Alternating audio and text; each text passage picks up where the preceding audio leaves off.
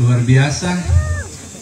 Saya sangat-sangat bersyukur boleh ada di hadapan Bapak Ibu dan juga saudara-saudari, adik-adik yang saya kasih di dalam Tuhan. Terima kasih juga kepada pengurus panitia yang telah mempercayakan pelayanan penyampaian firman Tuhan kepada saya.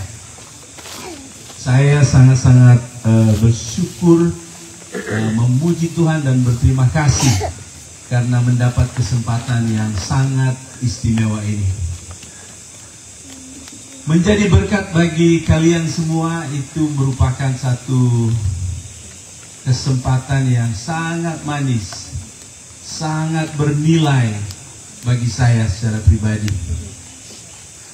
Saudara, kalau saudara bertanya, Pak Michael, apakah pernah menyesal mengambil keputusan untuk menjadi hamba Tuhan? Jawabannya adalah tidak.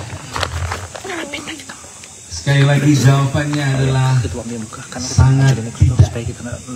Sangat-sangat bersyukur saudara boleh mendapat kesempatan yang sangat istimewa dari Tuhan untuk menjadi hamba-Nya. Saya ingat tahun-tahun yang lalu ketika umur seperti kalian, saya mendapat beberapa kali kesempatan ikut youth camp. Saya banyak mendapat berkat di sana. Pernah satu kali saya sebenarnya belum cukup umur untuk ikut youth camp, tetapi karena gereja kami tidak banyak orang, akhirnya terbuka kesempatan bagi umur yang belum cukup sebenarnya. Tetapi saya akhirnya sangat mendapat berkat di sana. Saya sangat-sangat menikmati dan melihat tentang kebenaran-kebenaran rohani yang indah. Dan setelah beberapa kali mengikut, saya akhirnya pernah berpikir, pernahkah satu kali dalam hidup saya akan berbicara di hadapan pemuda-pemudi? Sempat berpikir seperti itu. Dan saya berpikir, ya, saya ingin dan kemungkinan itu pasti akan ada. Dan ternyata ini pengalaman pertama bagi saya. Saya boleh berbicara di youth camp kepada pemuda-pemudi dan luar biasa ada Bapak Ibu juga yang mendampingi kalian. Sangat-sangat menghargai Bapak Ibu yang mendampingi kalian. Karena itu saya berpikir juga bahwa ada di antara kalian nanti yang juga akan mendapatkan kesempatan yang luar biasa juga, menjadi berkat bagi banyak orang untuk kemuliaan Tuhan. Saya harap bukan hanya 10 di antara kalian, tapi berapa?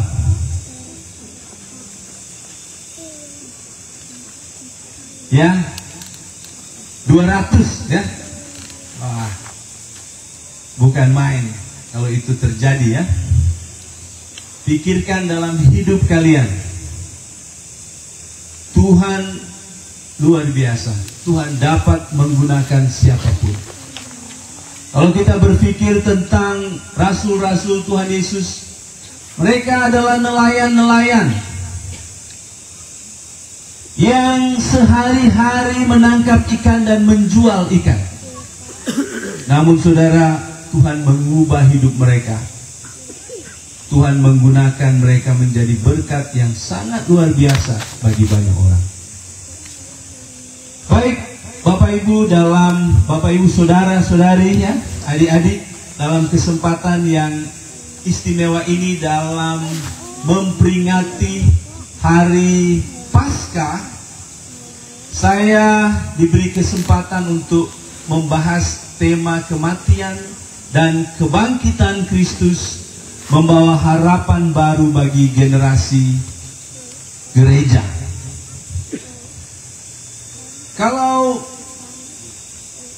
berbicara mengenai kebangkitan, kebangkitan Kristus, mungkin mudah bagi kita untuk melihat hubungannya dengan harapan baru bagi generasi gereja. Kebangkitan Kristus membawa harapan baru bagi generasi gereja. Tapi kalau bicara tentang kematian, kematian membawa harapan baru? Mungkin itu menjadi sesuatu yang kita pertanyakan. Maksudnya gimana kematian Kristus membawa harapan baru bagi gereja? Benar, saudara, kematian juga membawa harapan baru bagi generasi gereja. Bagaimana itu? Nanti kita akan menikmati pembahasan seterusnya, ya. Jadi pada malam ini merupakan seminar pertama, ya.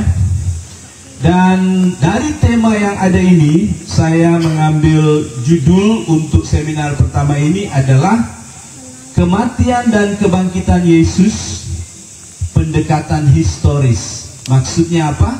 Saya akan melihat secara sejarah. Kita akan melihat secara sejarah dulu, ya. Nanti berikutnya kita akan melihat topik-topik yang lain. Nah,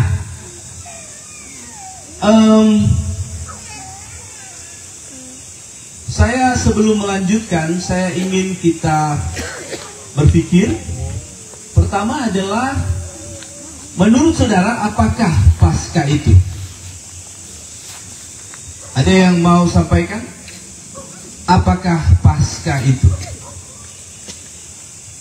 Dari Pak ya? Nah, itu dia. Nama saya Mas Rifin. Apakah Paskah itu ya, adalah hari peringatan kematian Yesus Kristus? Iya. Hari kematian dan kebangkitan Tuhan Yesus Kristus. Ya, tepuk tangan dulu. Ya, betul sekali. Sekali lagi teman-teman, Paskah adalah peringatan atas kematian dan kebangkitan Tuhan kita Yesus Kristus.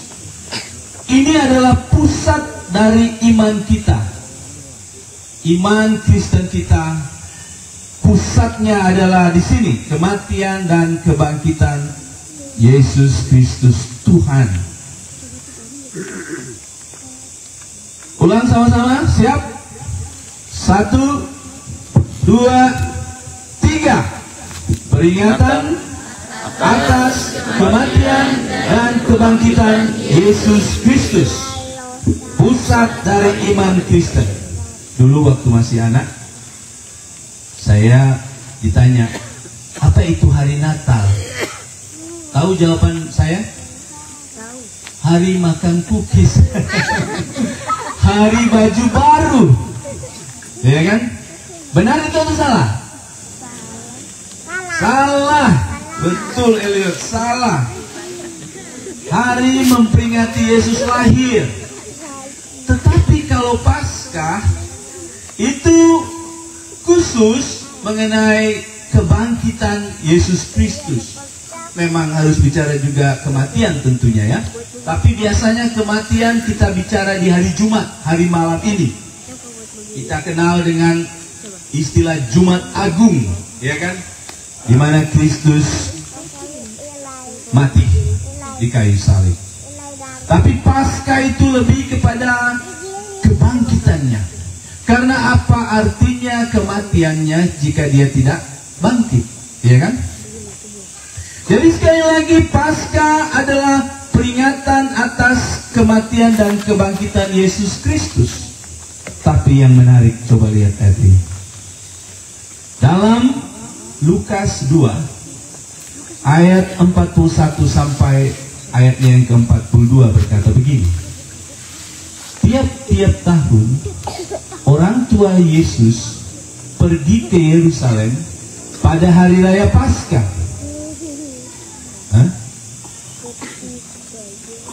Ketika Yesus telah berumur 12 tahun, pergilah mereka ke Yerusalem seperti yang lazim pada hari raya itu. Hah? Yesus belum mati, Yesus belum bangkit, kok saat ini ada perayaan Paskah? Perhatikan lagi di Yohanes 2 ayat 13. Ketika hari raya Paskah orang Yahudi sudah dekat, Yesus pergi ke Yerusalem. Oh, apa ini? Bagaimana kita memperingati kematian dan kebangkitan Yesus, tapi pada saat ini sudah ada hari raya Paskah sebelum Tuhan Yesus mati dan bangkit. Jadi apa ini? Sebenarnya saudara, hari raya Paskah sudah dirayakan sebelum Tuhan Yesus lahir juga. Ini adalah peristiwa yang bersejarah dari bangsa Israel, di mana kita tahu bersama bangsa Israel pernah dijajah, bahkan diperbudak selama 400 tahun. Saudara, kalau bangsa Indonesia dijajah oleh Belanda berapa ratus tahun? 350 tahun. Sedangkan Israel diperbudak 400 tahun. Dan ini perbudakan yang sangat luar biasa. Perbudakan yang sangat kejam. Nah, bangsa Israel ini adalah bangsa yang keturunannya punya perjanjian khusus, yaitu Bapak Abraham. Dan Bapak Abraham dikatakan oleh Allah, kamu akan mempunyai bangsa yang besar dan mempunyai negeri sendiri, negara sendiri, tanah air sendiri. Akan ada raja-raja di sana. Tapi sekarang mereka ada di negara orang dan sedang diperbudak. Bagaimana ini? Tepat waktunya Allah datang membebaskan mereka. Allah menghukum bangsa Mesir dengan 10 tulah. Dan puncak tulah yang menyebabkan penguasa Mesir akhirnya menyerah dan melepaskan bangsa Israel adalah ketika tulah ke-10 berjalan. Masih ingat tulah ke-10 ini? Ya, gambar. Di mana malaikat maut menjalani seluruh daerah Mesir untuk mencabut nyawa setiap anak sulung. Siapa anak sulung di sini? Kalau Ngoni ada di waktu itu, Ngoni mampus. Bilang di sebelah kanan, mampus ngana.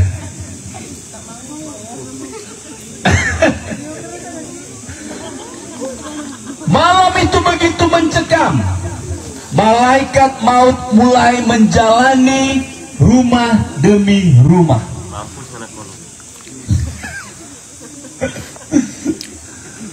Rumah demi rumah, malaikat pencabut nyawa masuk. Dan mulailah terdengar jeritan kecut, ketakutan, kengerian dari ibu, bapak, dan adik-adik. Aduh, kakak sudah ada nafas, kakak mati.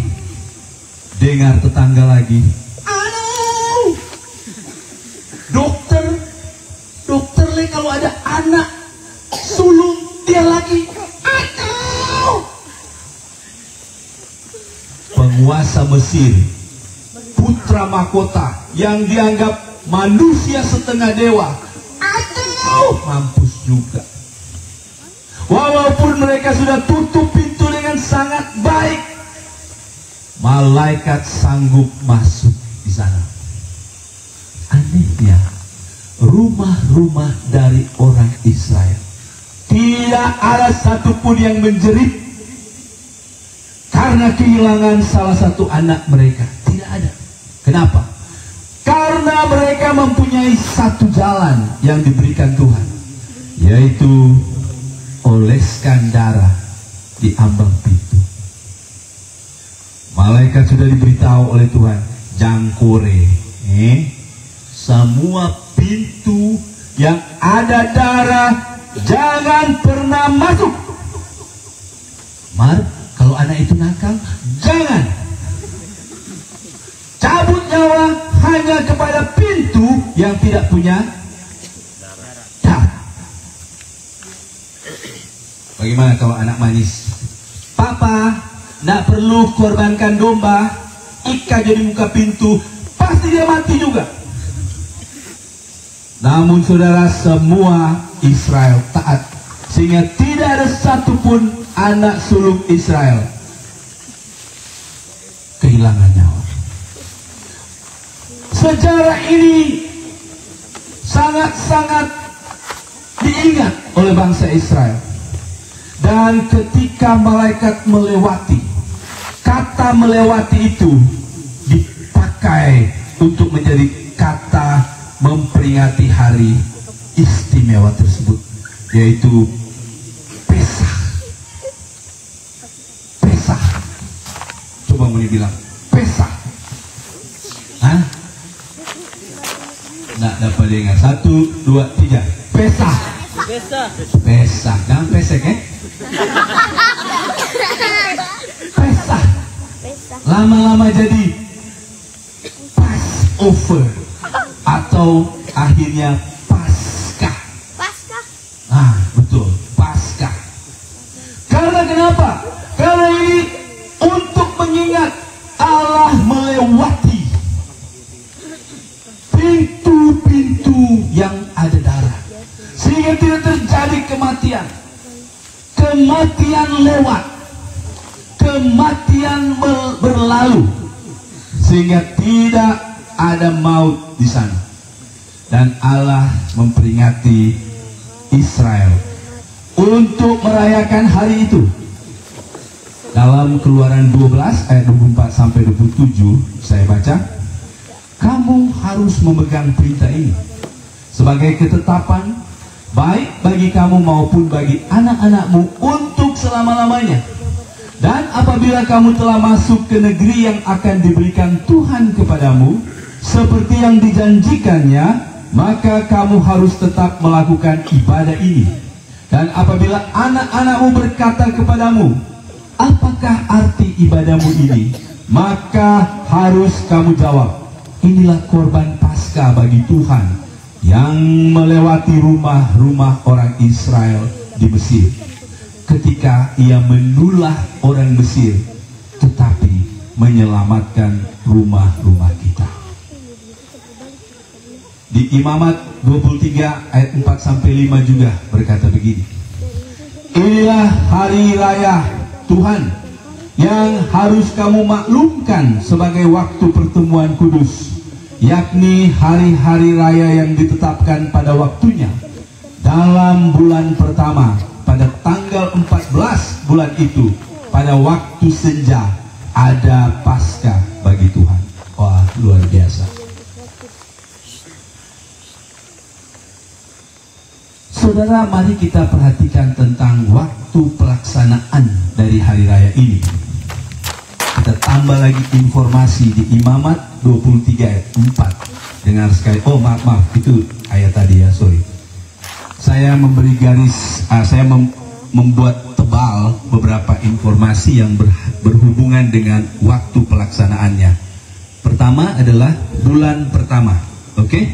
Jadi orang Israel merayakan Paskah itu jatuh pada bulan pertama. Apalagi tanggalnya tanggal 14 di senja hari. Sekali lagi, bulan pertama tanggal berapa? Di senja hari. Oke. Bulan pertama itu berarti bulan Januari. Salah. Orang Israel tidak mengenal bulan seperti zaman modern ini. Coba lihat di Ulangan 16 ayat 1 sampai 3. Ingatlah akan bulan Abib. Apa bulan apa? Abib. Dan rayakanlah Paskah bagi Tuhan Allahmu. Sebab dalam bulan Abib itulah Tuhan Allahmu membawa engkau keluar dari Mesir pada waktu malam. Oh, jadi bulan Abib. Jadi bulan pertama itu adalah Abib. Ada nama Abib di sini?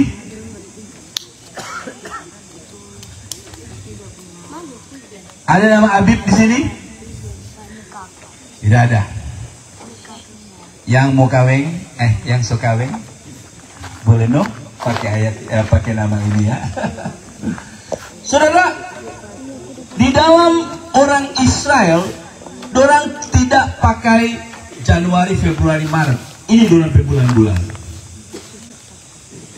Aduh, kecil kan? Nisan atau Abib itu Maret sampai April. So itu kita orang merayakan Paskah di bulan April.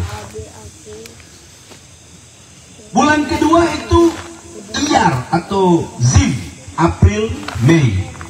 Bulan ketiga Sivan. Bulan keempat Tamus. Bulan kelima Ab atau Af. Bulan keenam Elul. Bulan ketujuh Tisri. Bulan ke-8 Marsevan. Bulan ke-9 Kislev. Bulan ke-10 Tebet. Bulan ke-11 Siebet. Bulan ke-12 Adar. Oke? Jadi jawaban dari pertanyaan kapan pelaksanaan Paskah umat Yahudi adalah bulan Abib tanggal 14 di senja hari. Paskah harus dilakukan dengan penyembelihan binatang. Coba lihat Ulangan 16 ayat 2. Maka engkau harus menyembelih kambing domba atau lembu sapi sebagai korban Paskah bagi Tuhan Allahmu. Dan dalam Keluaran 12 dikatakan, pada tanggal 10 bulan ini, bulan Abib, ambillah seekor anak domba. Anak itu harus jantan, tidak bercelah, berumur setahun. Kamu harus menyembelinya pada waktu senja. Senja itu jam berapa kira-kira? Jam 5. Jam 5? Jam 5 atau jam 6? Kata yang ditulis dalam bahasa aslinya adalah Bein Ha-Arabayim. Sekali lagi, Bein Ha-Arabayim. Saya mencari artinya secara harafiah antara 2 petang.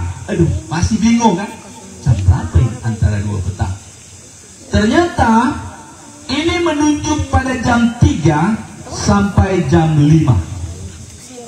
Jadi pengorbanan atau penyembelihan domba Paskah ini harus jam 3, jangan sebelumnya. Kalau paling lat jam 5. Jelas?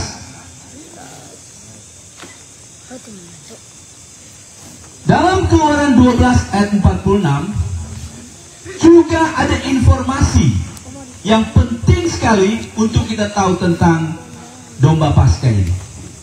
Domba itu harus dimakan dalam satu rumah saja. Janganlah kamu membawa sedikit pun dari dagingnya keluar rumah. Dan jangan kamu mematahkan satu tulang pun daripadanya. Jadi kalau orang ambil satu ekor babi, kong orang pet om ada di sebelah, orang bisa potong paha, ambil jo satu paha. Bawa jo satu paha. Seringkali begitu kan? Tetapi untuk korban Paskah nak boleh dipatahkan. Satu tulang pun nak boleh. Dagingnya pun nak boleh dimakan di luar rumah. Oke, cukup jelas ini? Karena itu saya melihat beberapa kesimpulan. Pertama, ternyata Paskah ada sejarahnya. Ini bukan sejarah bangsa Indonesia. Ini bukan sejarah bangsa Rusia, Cina. Tapi ini sejarah bangsa Israel. Betul sekali, sejarah bangsa Israel. Dan ini bicara tentang puncak, klimaks, ketika mereka akhirnya dilepaskan dari perbudakan yang sangat hebat di Mesir, di mana malaikat maut datang membunuh semua anak sulung di negeri Mesir. Tapi dia melewati setiap anak sulung Israel karena ada darah di pintu, dan ini sesuai dengan perintah Tuhan. Jadi saudara, bangsa Israel sejak kecil orang tuanya merayakan hari ini, dan ketika Yesus dilahirkan, dia juga sebagai bangsa Israel terus merayakan hari Paskah ini, sebab ini hari kebebasan dari mereka. Kalau kita orang merayakan hari kemerdekaan tanggal 17 Agustus. Negara lain tidak pernah merayakan 17 Agustus sebagai hari kemerdekaan mereka. Saya beberapa tahun di Malaysia, mereka kalau tidak salah 31 Agustus. Beda. Tapi kalau bangsa Israel, mereka merayakan kebebasan itu pada bulan Abib tanggal 14. Dan harus ada penyembelihan hewan di senja hari, yaitu jam 3 sore. Jelas? Jelas. Dan hewan atau domba yang harus disembelih punya syarat-syarat. Jangan betina, harus jantan, harus berumur 1 tahun. Kita tanya tadi sama Pak Kakayu, kalau babi 1 tahun so mantap itu, so mantap itu. Betul kan? Babi 1 tahun, domba 1 tahun so mantap. Nyandak bayi, nyandak remaja, nyandak bayi, nyandak anak, tapi nyandak opak, iya kan? Nyandak kakek kan? Apa namanya? Domba 1 tahun. Jangan ada cacat. Jangan. Misalnya DP palingnya so robek sedikit, tidak boleh. Itu sebabnya dia harus dikurung tanggal 10. Tanggal 10 Nisan. Kurung, tengok dia ada sakit atau tidak, ada cacat atau tidak. Dan nanti disembelih tanggal 14. Berarti ada 14 hari diobservasi, diuji, dilihat. Dan waktu disembelih tidak boleh ada 1 tulang pun dipatahkan. Oke?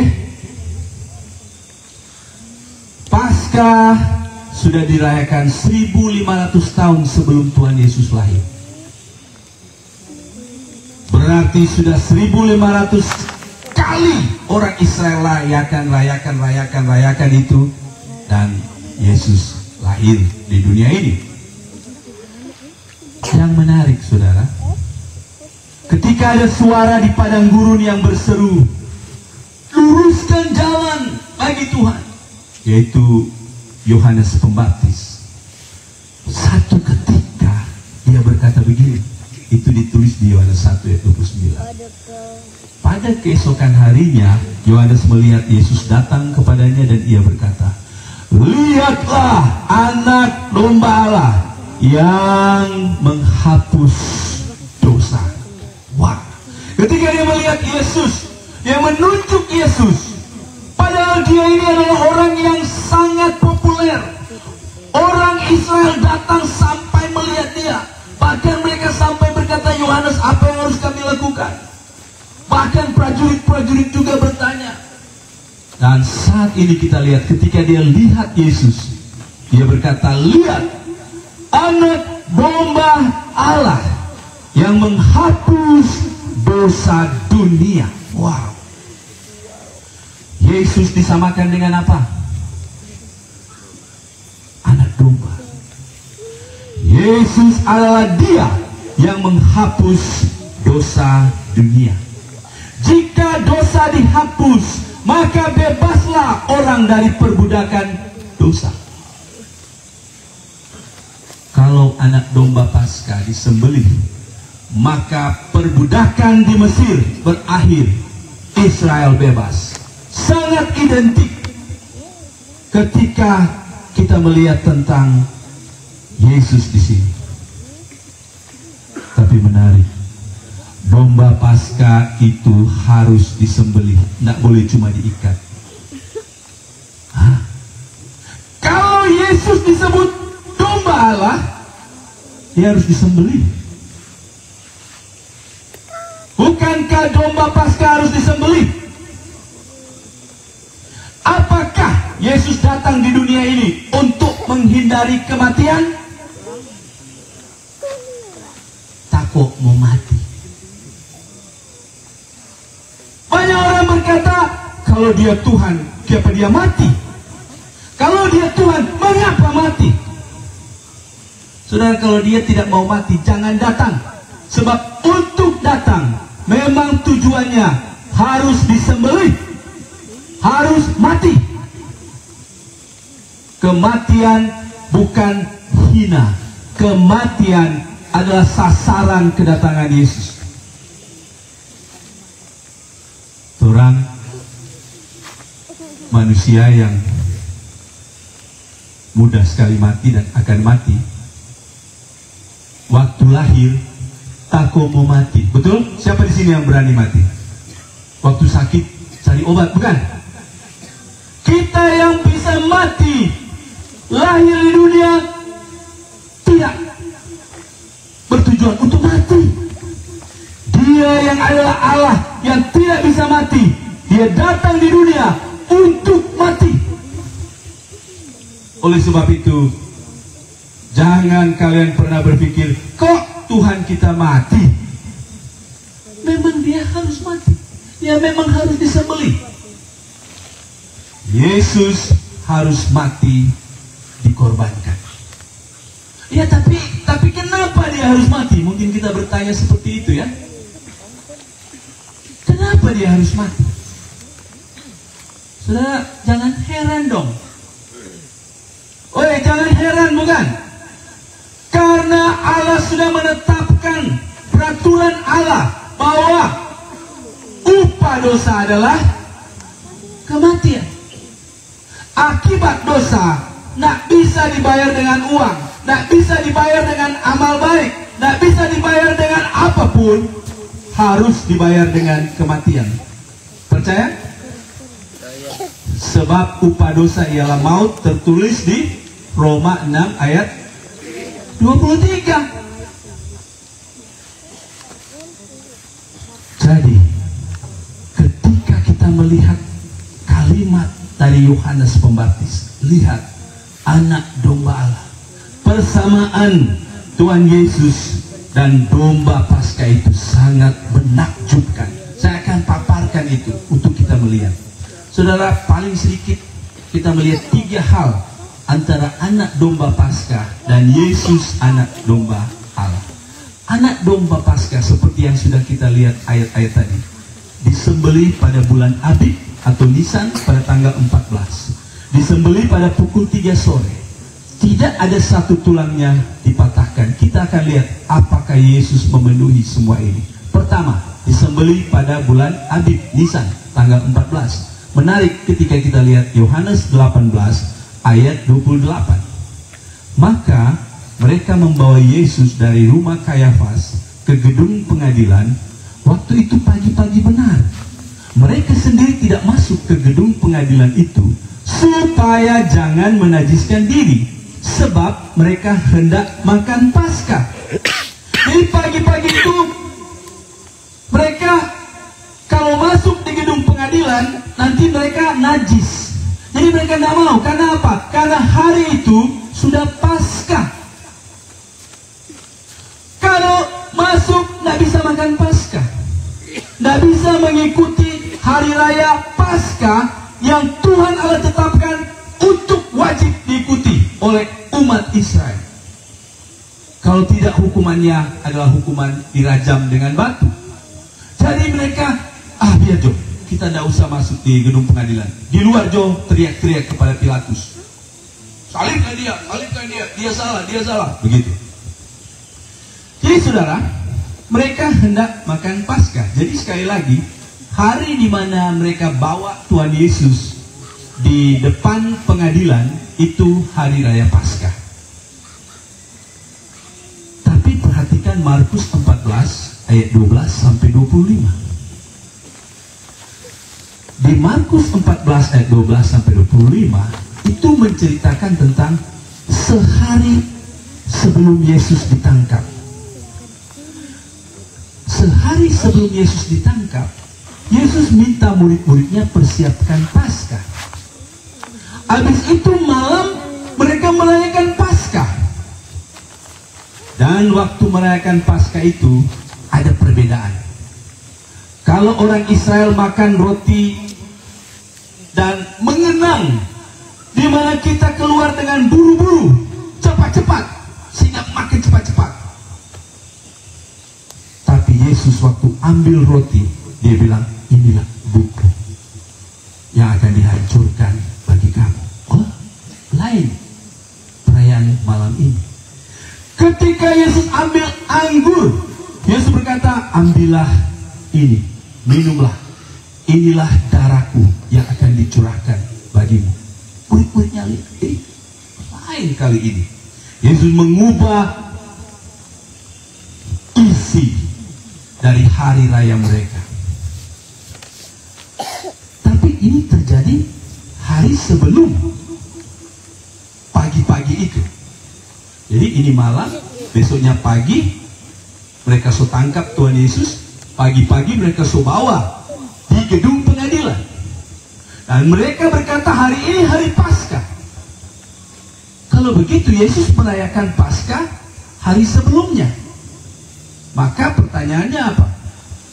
Tuhan Yesus merayakan Paskah bersama murid-muridnya sebelum waktunya? Sebelum waktunya Yesus merayakan Paskah? Bagaimana ini? Kalau betul Yesus merayakan Paskah sebelum waktunya, yaitu tanggal 14 Abib, berarti Yesus melanggar aturan Allah.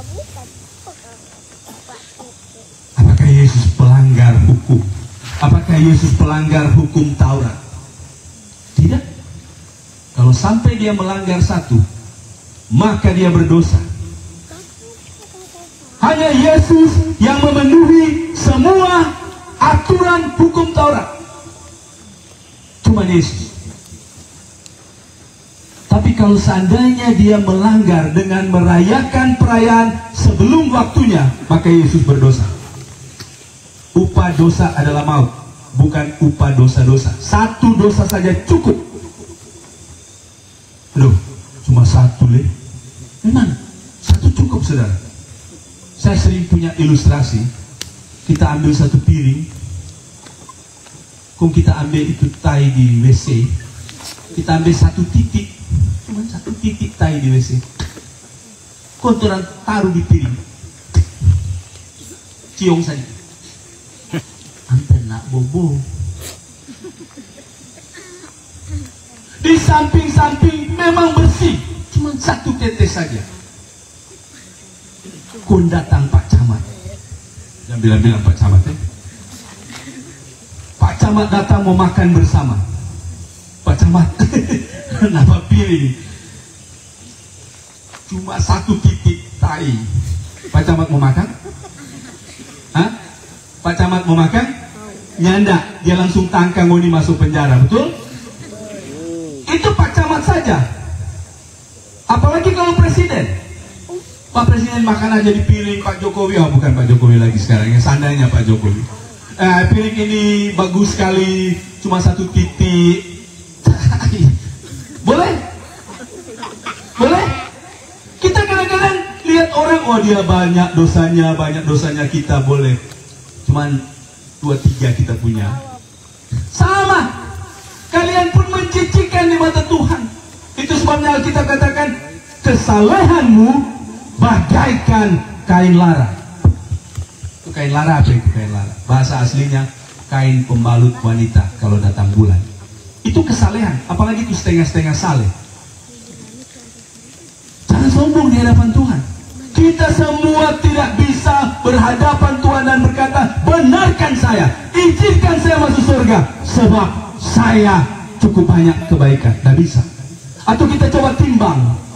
Ada satu orang bilang, oh orang masuk surga kalau orang pertimbangan amal baik banyak. Kalau amal baik banyak, oh masuk surga.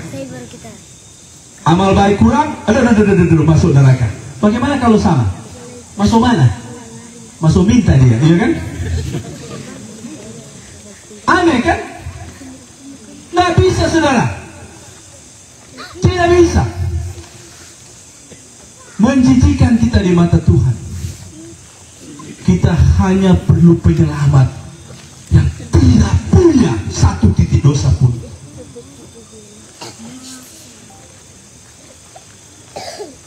Nah, kalau Yesus bersalah dengan melanggar ketetapan Allah, di mana dikatakan harus 14 nisan, tapi dia backing 13, dia bersalah dan dia tidak layak menjadi juru selamat. Ini serius. Gimana ini, Pak Mai? Orang tidak mau datang di gedung pengadilan karena hari Paskah. Malamnya Yesus dan murid-murid melakukan hari makan Paskah, perayaan Paskah. Gimana ini? Berarti Yesus dan murid-muridnya memperingati Paskah tidak pada harinya. Ini pelanggaran, ini sangat serius. Namun saudara tidak. Bagaimana menyelesaikan ini? Saudara harus tahu, kalau tidak, saudara tidak bisa buktikan bahwa Tuhanmu tidak ada satu titik dosa pun. Saudara, begini perhitungan hari orang Yahudi. Ini seminar toh, jadi mesti pahami ini. Kalau hari Kamis itu cuma sampai jam 6. Dari jam 00 sampai jam 6 stop hari Kamis. Jam 6 ketika masuk jam 18.00 itu sudah hari Jumat.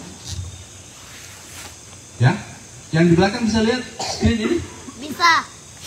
Mana dibuka masalahnya? Mana bisa lihat? Yang di belakang boleh? Halo? Boleh ya?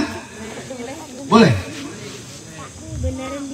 Sekali lagi, pukul 18.00 itu hari Jumat. Jelas?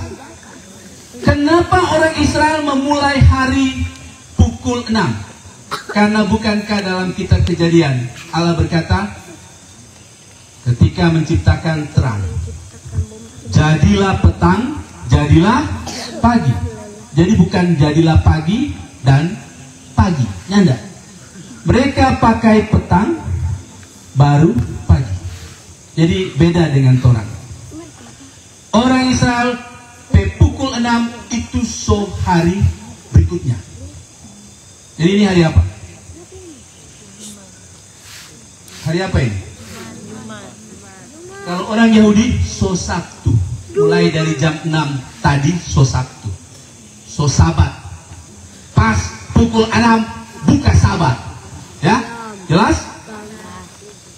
Jadi Kamis jam 6 dan hari Jumat itu sama. Nah, kalau Jumat jam 6, so hari apa itu? Jumat jam 6, so hari apa? Sabtu. Sini, pintar sekali itu di muka sini. Apa betul?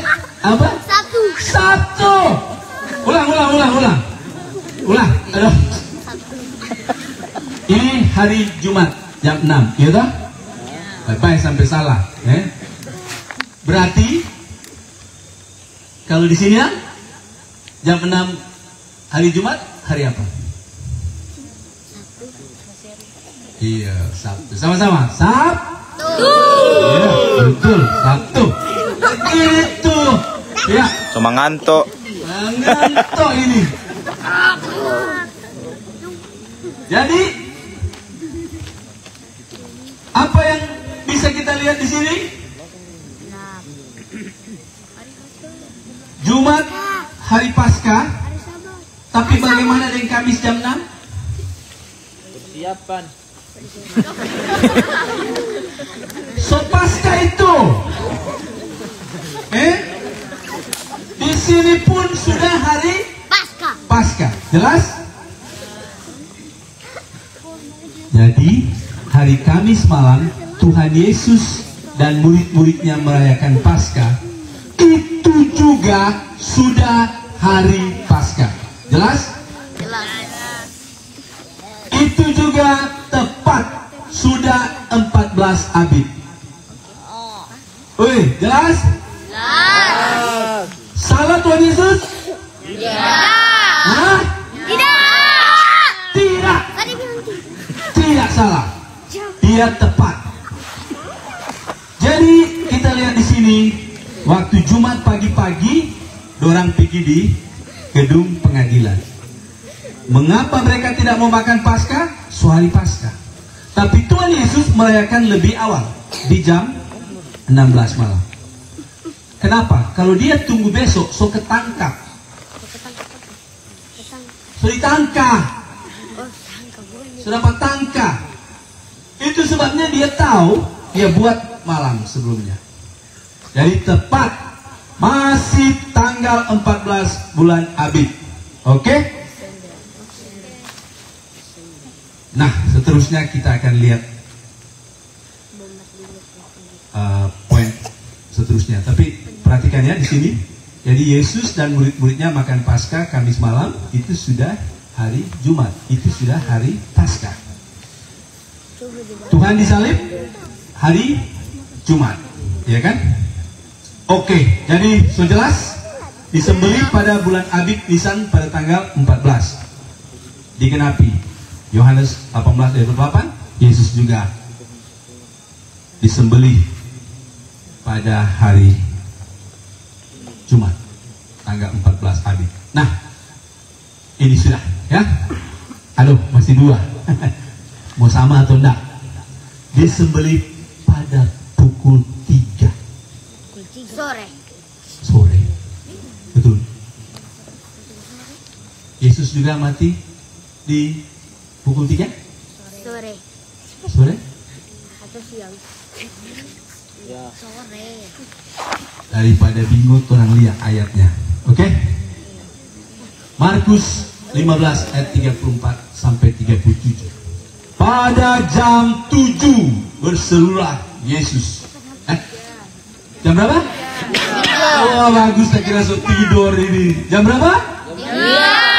Bagus sekali. Pada jam 3 berserulah Yesus dengan suara nyaring, Eloi, Eloi, lama sabachthani. Dan kita lanjut di ayat 37. Lalu berserulah Yesus dengan suara nyaring dan menyerahkan nyawanya. Wow. Jam berapa? Jam 3. Jam 3 sore Yesus mati pas di hari Paskah. Oke. Disembelih pada pukul 3. Markus 15 menggenapinya. Jelas Jadi tinggal tidak ada satu tulang dipatahkan. Begini saudara, orang kalau disalib, dia pe kaki mesti dibengkok sedikit begini. Kenapa? Karena tangan digantung. Untuk mau tarik begini dengan tangan, itu tidak bisa, berjam-jam. Jadi untuk dorang perongga pernafasan bisa, maka tumit harus dorong.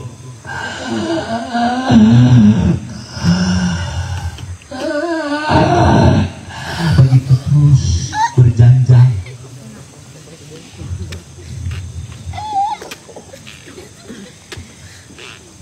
Kalau belum mati, semua sahabat dilarang ada yang tergantung. Kasih mati juga.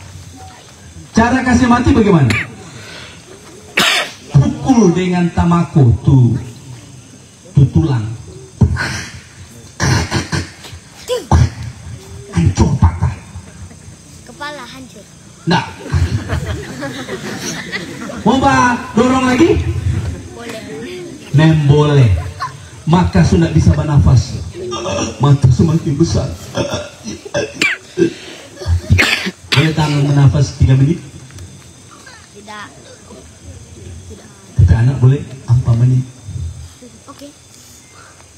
Mari 5 menit mati. Mati. Jadi ada 3 orang dorang. Tuhan Yesus di tengah. 1. Tuhan Yesus di tengah. 1. Jadi kalau algojo atau tentara kasih patah di sini, maka dia tidak boleh lompat ke sana. Dia harus tengah dulu. Wow. Padahal dalam domba Paskah tidak ada satu tulang akan patah. Betul? Tidak ada harapan Yesus bisa menggenapi semua details dari gambaran domba Paskah. Habis, Yesus tidak bisa sekarang. Mana bisa kan? Bisa enggak? Mana yang bilang bisa? Cuma 3. Lihat dong pemuka calon mahasiswa terbaik. Peserta betul. Calon terbaik. Daripada bingung-bingung, turang lihat jo ayatnya. Yohanes 19 ayat 31 sampai 33. Karena hari itu adalah hari persiapan, dan karena mayat-mayat itu jangan tinggal tergantung pada salib pada hari Sabat, sebab Sabat itu adalah hari besar, maka orang-orang Yahudi meminta kepada Pilatus supaya kaki orang-orang itu dipatahkan dan mayat-mayatnya diturunkan. Patah tuh kaki langsung jadi mayat. Maka datanglah prajurit-prajurit itu dan mematahkan kaki orang yang pertama. Patah. Aduh, orang kedua siapa? Ngoni. Nggak ada ya. Maka datanglah prajurit-prajurit itu dan mematahkan kaki orang yang pertama dan kaki orang yang lain yang disalibkan bersama dengan Yesus. Tetapi ketika mereka sampai kepada Yesus dan melihat bahwa ia telah mati, mereka tidak mematahkan kakinya. Wah, ini algojo Roma tidak pernah tahu Alkitab Perjanjian Lama. Dia tidak berpikir, Perjanjian Lama larang dia patah. Tidak, sama sekali tidak. Tapi Tuhan Yesus mati jam 3. Iya kan? Sehingga mereka tidak mematahkan kakinya. Maka poin ketiga, tidak ada satu tulang dipatahkan. Tergenapi. Amin. Amin. Amin. Luar biasa bukan? Luar biasa. Dia menggenapi lagi. Kalau sampai kalian tidak percaya kepada Yesus, terlalu limpahan bukti yang Allah berikan kepada kita. Bukan main kalau tidak percaya. Terlalu. Tapi saudara, saya ingin kita melihat beberapa ayat lagi. Dalam bulan yang pertama, pada tanggal 14 bulan itu, pada waktu senja adalah Paskah bagi Tuhan. Dan pada hari yang ke-15 bulan itu, artinya DP besok, adalah hari raya roti tidak beragi bagi Tuhan. 7 hari lamanya kamu harus makan roti yang tidak beragi. Kalau roti tidak beragi itu jadi sama dengan kerupuk. 7 hari makan roti yang tidak ada ragi. Itu terjadi tanggal 15. Itu adalah hari raya roti tidak beragi. Kenapa? Karena pada hari raya Paskah, orang Israel boleh makan roti yang ada ragi. Sehingga hari Paskah juga disebut hari raya roti tidak beragi. Nah, kalau kita lihat informasi Yohanes 19 ayat 31, karena hari itu adalah hari persiapan, dan karena mayat-mayat itu jangan tinggal tergantung pada salib pada hari Sabat, sebab Sabat itu adalah hari besar. Wah, ada sabat-sabat biasa, ada sabat-sabat biasa, tapi this time, waktu ini, itu adalah sabat yang besar. Siapa di sana? Apa yang lucu? Nggak ada?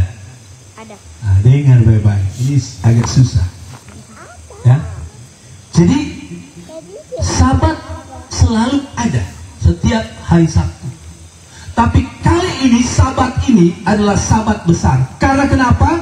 Karena bertepatan dengan hari raya roti tidak beragi atau Paskah. Jadi sangat istimewa, sama dengan pas 25 Desember, pas hari Minggu. Wah, bagus sekali. Ya tuh, pas hari Minggu, pas 25 Desember. Berarti 25 Desember yang jatuh pada hari Minggu itu spesial. Begitu juga dengan hari ini. Sabat hari ini, maksudnya yang disampaikan di sini, itu disebut sabat besar. Karena kenapa? Karena pada saat yang sama terjadi hari Paskah, ya. Jadi mulai Jumat jam 6,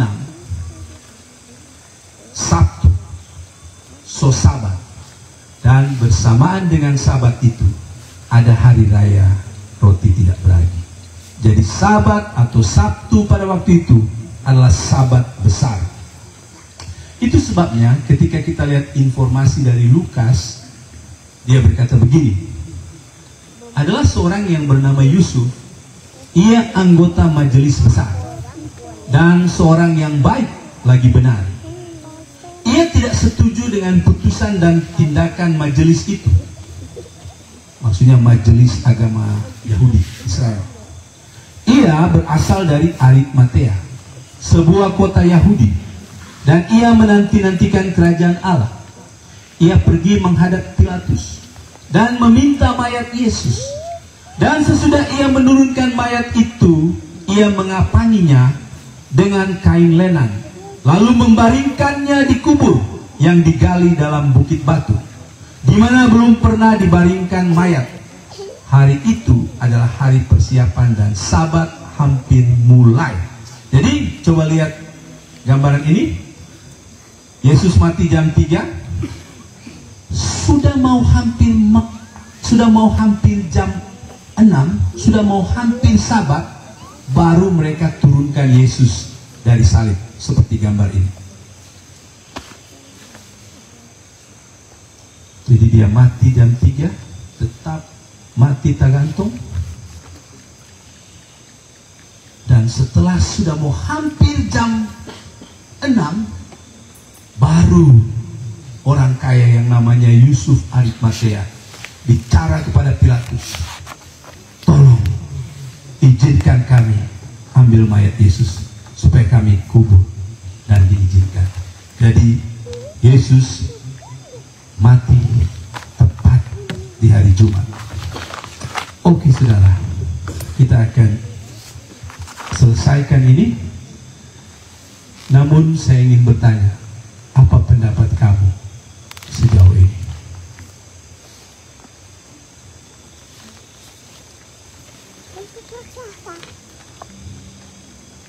Apakah kamu dapat melihat betapa sangat tepat Yesus memenuhi apa yang ada pada hari raya Paskah umat Israel atau bangsanya sendiri? Apakah kamu bisa melihat itu? Yang bilang bisa, jelas, angkat tangan.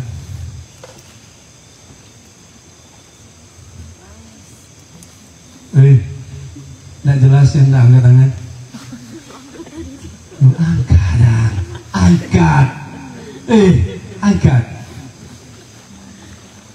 Sudah? Sejelas? Ada yang begini ya, begitu dia. Jelas nggak? Jelas. Masih ada yang belum Yesus genapi? Apakah masih ada poin yang Yesus belum genapi? Ngomong-ngomong, domba itu harus jantan. Ngomong-ngomong, domba itu harus berumur 1 tahun, tidak bercacat, dikurung tanggal 10, disembelih tanggal 14, tidak ada satu tulang harus dipatahkan. Sudah? Ada pertanyaan? Apa? Ada pertanyaan?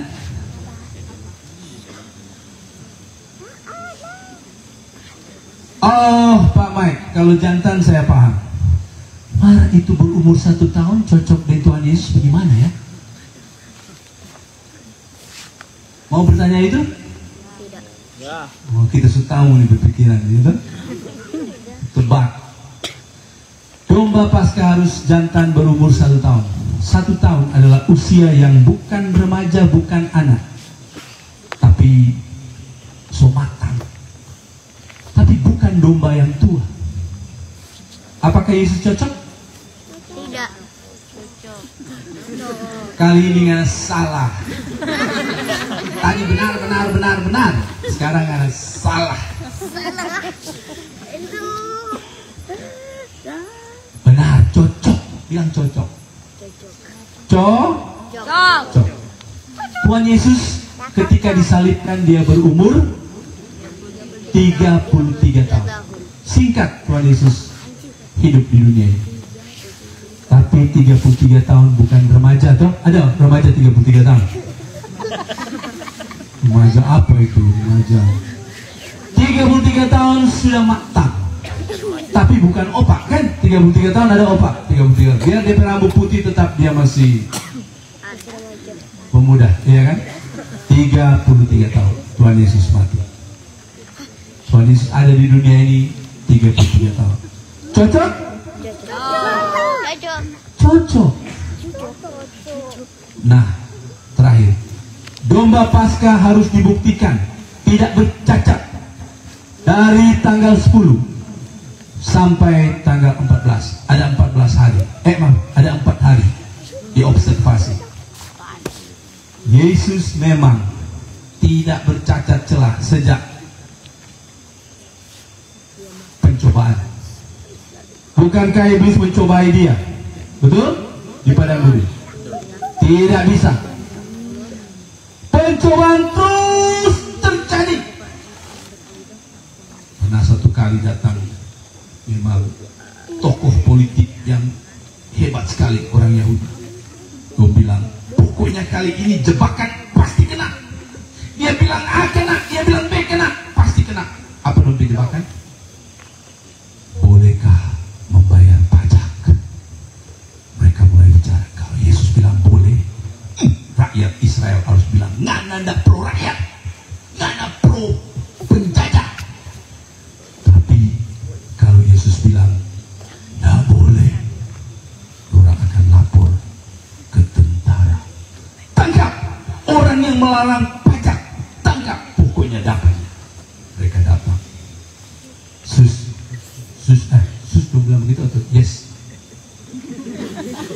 Sus, yes, nggak tahu ya. Jesus mungkin, Jesus, ya. Bolehkah baru orang muka palsu, munak pemuka. Tahu munak pemuka? Kita lihat tahu. Sus, boleh bayar pajak? Oh, mungkin begitu. Yesus bilang, tak tahu ini pemunak, ya kan? Bawa kemari itu doi. Ini tahu tuh doi? Orang Palu bilang tuh doi juga, tuh? Uang, oke. Bawa itu uang. Bawa tuh doi. Uang. Itu uang, saya lupa kita. Kenapa? Yesus bilang, gambar dan tulisan siapakah di situ? Kaisar. Kasih Pak Kaisar yang Kaisar punya, kasih Pak Allah yang Allah punya. Oh, terjebak pulang. Di situ orang bilang memang nembol. Tidak bisa menjerat setitik pun dari dia. Kenapa? Karena dia Allah yang jadi manusia. Dia bukan manusia yang jadi Allah. Boleh tidak manusia jadi Allah? Tidak boleh. Manusia jadi Allah tidak bisa. Tapi dia adalah Allah yang jadi manusia. Itu sebabnya sempurna. Sempurna. Dan yang menarik, tanggal 10 Nisan, Yesus masuk di Yerusalem. Wah, gempar. Hosana, Hosana. Wah, luar biasa. Tapi sejak itu, dia banyak mengalami pengadilan.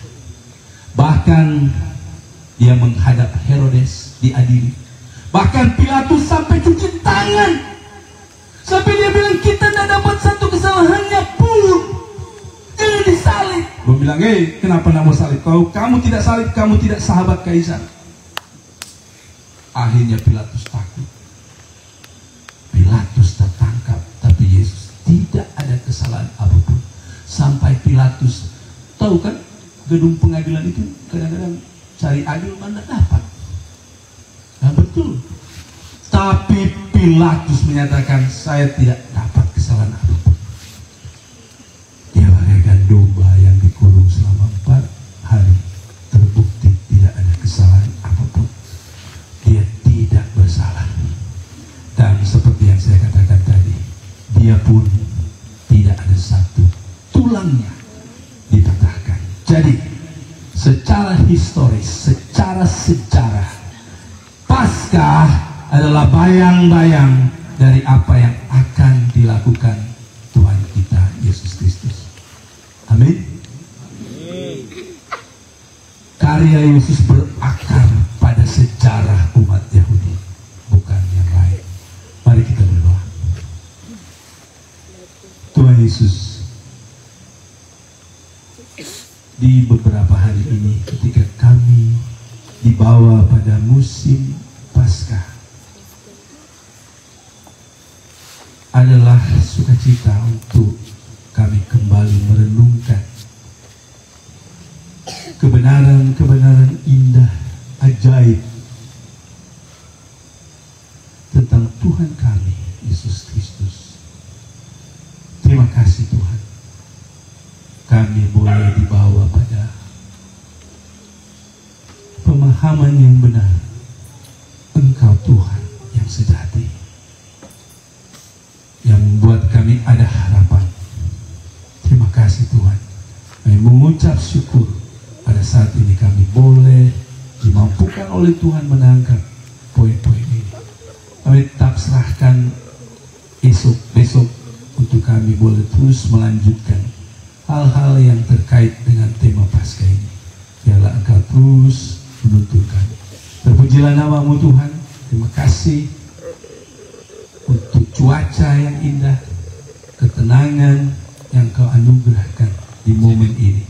Biarlah ini menjadi kemuliaan bagi nama-Mu.